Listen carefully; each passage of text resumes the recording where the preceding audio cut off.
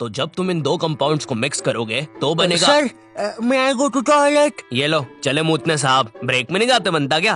वो sir break में अजीब सी चीजें होती है टॉयलेट में। ये क्या? ये बैटल तो बड़ी खतरनाक लग रही है। चड्डा, मैं तुम्हें चुनता हूँ। चड्डा चड्डा चड्डा चड्डा एक रॉक टाइप पोकेमॉन जिसका बाप ऑटो चलाता है और ये भाटे मार के लोगों के सर फोड़ देता है।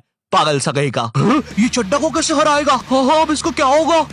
पापे, मैं तुझे चुनता हूँ। पापे पापे एक पंजाबी गैस टाइप पोकेमॉन जो कि मूली का पराठा खा के इतनी जहरीली ठुस्सी मारता है कि पूरी दुनिया खत्म हो जाए। पापे एटॉमिक गैस ठुस्सी। चड्डा चड्डा क्या करूँ? मुझे नहीं पता भाई, मेरे तो बीवी बच्चे हैं।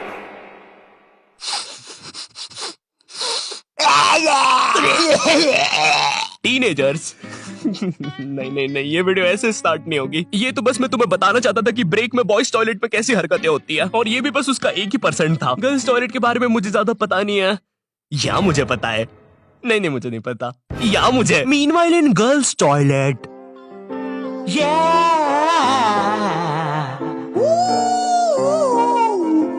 ये कहानी है गर्ल्स टॉयलेट के पीछे की। जी हाँ दोस्तों, गर्ल्स टॉयलेट जहाँ लड़कियाँ सुपर हीरो बन के थर की बुड्ढों को बचाती है। यहाँ पर खुशियाँ और अमन से रहे लोग। क्या? अरे भाई फिर तुम ही बताओ, लड़कियों को इतना टाइम क्यों लगता है बाथरूम में? छोड़ो यार, मैं वीडियो स्टार्ट करता हूँ। टीनेज, जब बच्चा अपने आप पर ध्यान देना शुरू करता है, वो कैसा दिखता है, उसके बाल कैसे है, वो क्या पहनता है, और जब उसे पता चलता है कि उसका तो सब कुछ ही बर्बाद हो रखा है। मुझे याद है 8th 9th में मैं अपने पूरे बाल खड़े करके स्कूल जाता था, बिल्कुल टेक्टन 7 की ये जिन कैरेक्टर की तरह। तेल पानी लगा के स्कूल निकल जाता था। स्कूल पहुंचते पहुंचते बालों का ऐसा रबड़ी नूडल बन जाता था। खैर ये फिर भी अच्छा लग रहा है क्योंकि ये रोनाल्डो है, मैं रोलेंडो लगता था। स्कूल यूनिफॉर्म भी ना मेरी माँ ने मेरे को बचपन से बड़ी पहनाई है, और ऐसा भी नहीं कि 1-2 नंबर बड़ी, सीधे 4 या 5 नंबर बड़ी। स्कूल में जो बच्चे होमवर्क करके नहीं आते थे ना, वो मेरे अंदर आके ही छुपते थे। इतने बड़े कपड़े। छुपे रे भाई, बहुत जगह है यहाँ पे तो। अरे तुम दोनों? आप कौन हो? अरे मैं पापे हूँ। पापे?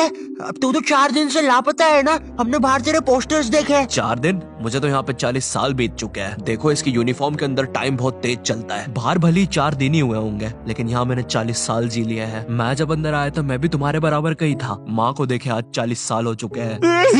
पापे 4 दिन से गायब है मेरा बच्चा, कुछ खाया होगा कि नहीं? अब जैसे जैसे तुम टीनेज में आ रहे होते हो, तुम्हें तुम्हारे बालों पर, कपड़ों पर शर्म आने लगती है। मुझे याद है मैं बचपन में वो चौड़ा सा हुक वाला बस्ता लेके स्कूल जाता था, जो साला आते जाते गेटों में फंस जाता था। लेकिन इस बस्ते में एक बेस्ट बात तो थी यार, ये जो आइट साइड से एरोप्लेन के पंखे निकले हैं ना, ये इतना कूल डिजाइन पता है क्यों बनाया था? बच्चों के उड़ने के लिए। अब मुझे पता है तुम मेरे पे यकीन करोगे ही नहीं। रुको, चल कूद के बता। भाई पक्का नहीं?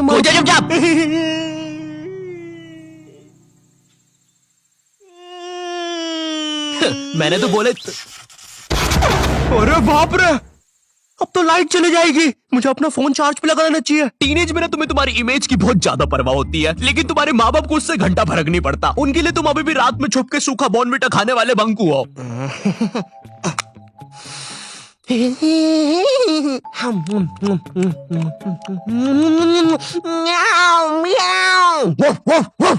बॉर्नविटा सूखा तो बिल्कुल ना खाने दे बच्चों को। भाई मेरी इमेज की तो ना पहले से ही धज्जियां उड़ रखी थी मेरी मम्मी की वजह से। मैं ना स्कूल बस से जाता था, और डेली जैसी मैं बस में चढ़ने वाला होता था, उसी समय मेरी मम्मी को याद आता था, अरे ये दूध पीना तो भूल ही गया। भगते भगते उबलता हुआ दूध और बादाम लेके मेरी मम्मी बस के सामने खड़ जाती थी कि जब तक मैं वो उबलता हुआ गरम गरम दूध खत्म नहीं करूंगा कोई कहीं नहीं जाएगा। भाई मेरी माँ एक दूध के गिलास और 2 बादाम के साथ पूरी बस हाईजैक कर लेती थी। अब ना सारा प्रेशर मुझ पे होता था, क्योंकि मुझे वो 100 सेल्सियस का लावा जितना गर्म दूध 10 सेकंड में गटकना है। क्योंकि अब बस के सारे बच्चे इंक्लूडिंग ड्राइवर और कंडक्टर भैया सबकी नजर मुझ पे ही है। वो गर्म दूध गटकने के बाद मेरा गला कुछ ऐसा हो जाता था। वैसे ये मेरी फोटो लीक कौन कर रहा है बे? टीनेज में तुम्हारे माँ बाप तुम्हारी प्राइवेसी की धज्जियां उड़ा के रख देते हैं। एग्जाम्पल के लिए अगर तुम अपना फोन कहीं छोड़ के जाओगे, ये पक्का चेक करेंगे, और अगर तुम बोल के जाओगे मेरे फोन पे किसी का भी फोन आए तो उठाना मत, फिर तो पक्का उठाएंगे। और चलो फोन उठा लिया कोई दिक्कत नहीं है, लेकिन अब बात भी तो करो सामने वाले से। फोन उठा के चुपचाप खड़ जाएंगे। इनको पता लगाना होता है कि सामने वाला कौन है, क्योंकि इनको लगता है कि तुम्हें बस लड़कियां ही फोन करेगी।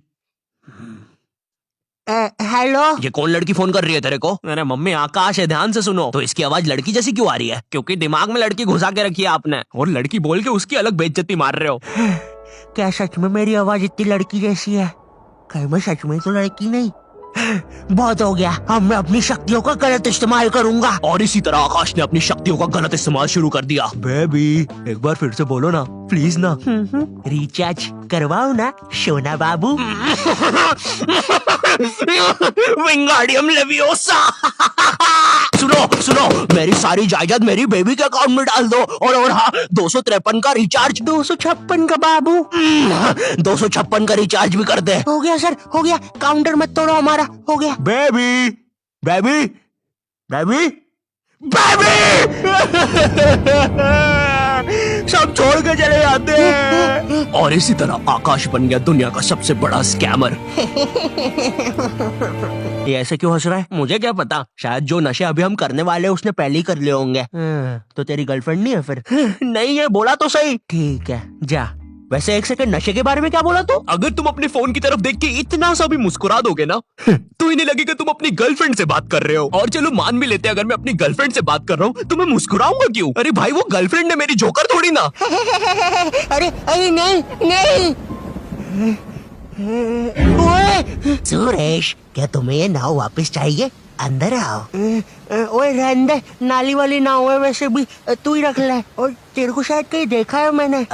ओए तू तो शालिनी जैसी दिख रही है। ओए शालिनी है ना तू? अरे नहीं, तू फिर से इतना सारा मेकअप करके नल्ली में बैठ गई पागल लड़की। नहीं क्या नहीं, अंदर छींची होती है पता भी है। नगर पालिका वालों को बुला के लाना पड़ेगा, निकालेंगे तुझे यहाँ से। पता नहीं कहाँ की हिट पिक्चर देख ली जोकर वाली, नल्ली में बैठ जाती है बार बार जाके। सांप बिच्छू ने काट खाया तो पता नहीं कैसी गर्लफ्रेंड है। तुम अपने फोन में कोई भी फोटो अपने मम्मी पापा को दिखाने जाते हो तो ऐसा नहीं है कि चुपचाप देख ले, इनको चाहिए पूरा फोन अपने हाथ में। और जब तुम्हारा फोन माँ बाप के हाथ में जाता है ना तो भाई ऐसी फटी में आती है ना, जैसे जब कोई अजनबी तुम्हारा फोन नहीं मांग लेता किसी काम से और तुम्हें अंदर ही अंदर लग रहा होता है कि ये मेरा फोन लेके भाग जाएगा। तो अब तुम एक अजीब से पोज में रेडी रहते हो कि जैसे ये मेरा फोन लेके भागेगा मैं भी इसके पीछे भागूंगा। अरे ये नेटवर्क, अरे ये नेटवर्क ही नहीं आ रहा। हाँ, हो गया। Thank you. अरे अरे मेरा फोन। वो तो मेरा ही आदमी था।